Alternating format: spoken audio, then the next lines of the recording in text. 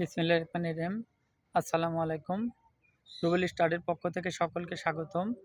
আমি আজকে past perfect টেন্সের প্রশ্নবোধক এবং নাবোধক বাক্যকে কীভাবে প্যাসিভ ভয়েসে রূপান্তরিত করতে হয় এ বিষয়ে আলোচনা করব।